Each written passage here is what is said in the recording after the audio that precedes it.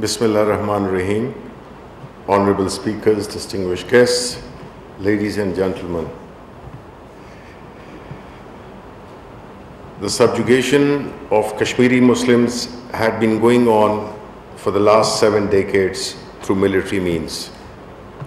The present Indian government crossed all limits of human dignity on August 5th, 2019 by unlawfully legitimizing its blatant acts of aggression and subjugation in Indian-occupied Jammu and Kashmir.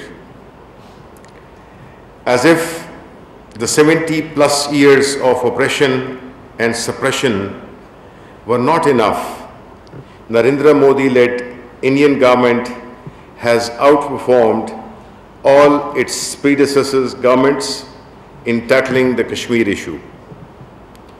As a matter of fact, the former governments did retain a semblance of constitutionality, although they too had been consistently pursuing the policies of Kashmir's forcible enslavement, considering this region as their atut integral part.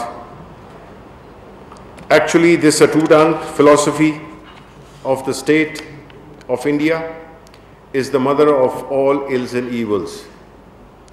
But unfortunately, Modi Sarkar considers it mothers of all cures.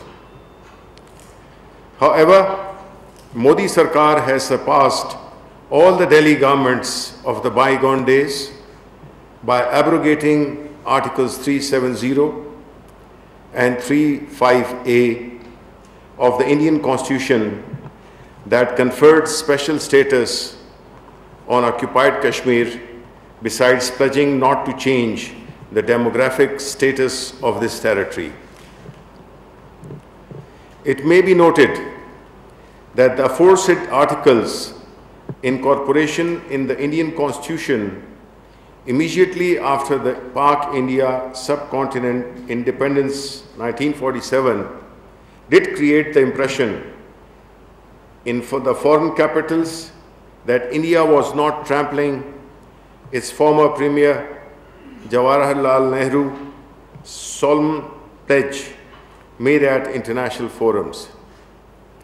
It was rather Nehru who took the lead in pledging to the United Nations Security Council that a plebiscite would be held in Kashmir to ascertain the will of the people of Kashmir.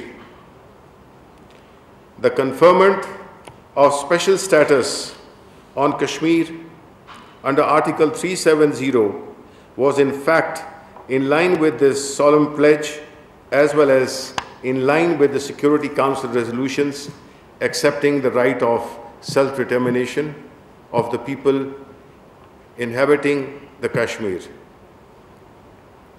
What did the Kashmiris get? Thereafter is a sad story.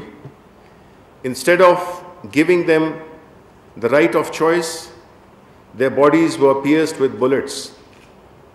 Those protesting against coercion, high-handedness of the state machinery, and usurpation of their due rights would be abducted and made to disappear for years. Women crying against their widowhood or forced disappearances of their male members would be gang raped by merciless Indian troops, which use the mass humiliation methodology as a tool of oppression, as they deem it to be an effective tool of subjugation and enslavement. Now that a year has gone by since the abrogation of Articles 370 and 35A, Kashmiri Muslims continue to face abject misery at the hands of Indian tyrants and their merciless forces, which have unleashed a reign of terror in the shape of killing of unarmed Kashmiri freedom seekers, siege, lockdown, and total blockade of communication. Not to name the blinding of peaceful Kashmiri youth and children with the use of pellet guns. Above all, the ruthless practice of forced disappearances has intensified. The troops making excessive use of powers conferred on them through the promulgation of Armed Forces Special Powers Act and Public Safety Acts. Such powers are not even enjoyed by judges in any country of the world. These soldiers can enter, rather break into any house without a search warrant and can take away any person on the pretext of suspicious conduct. A large number of them have never returned home, leaving thousands of widows or half-widows and half-orphans behind. The discovery of mass graves in the Kashmir Valley speaks volumes of such atrocities which are being camouflaged under the banner of Constitution with unjust and unjustified amendments. Read abrogation. Made in it in sheer disregard for the universal principles of national justice. Even their own constitution debars Indian Parliament from change of special status without initiation of a move from the State Assembly, which means the Kashmir Assembly. And as for Article 35A, it guaranteed no changes in the demography of Kashmir Valley. But now, after the Article's repeal, Modi Sarkar has picked up momentum at a very fast pace to neutralize the Muslim majority in the valley. In this regard, a large number of non-Muslims from outside Kashmir are being given incentives and facilitation to settle there and also buy properties in sheer violation of the true original spirit of Indian Constitution.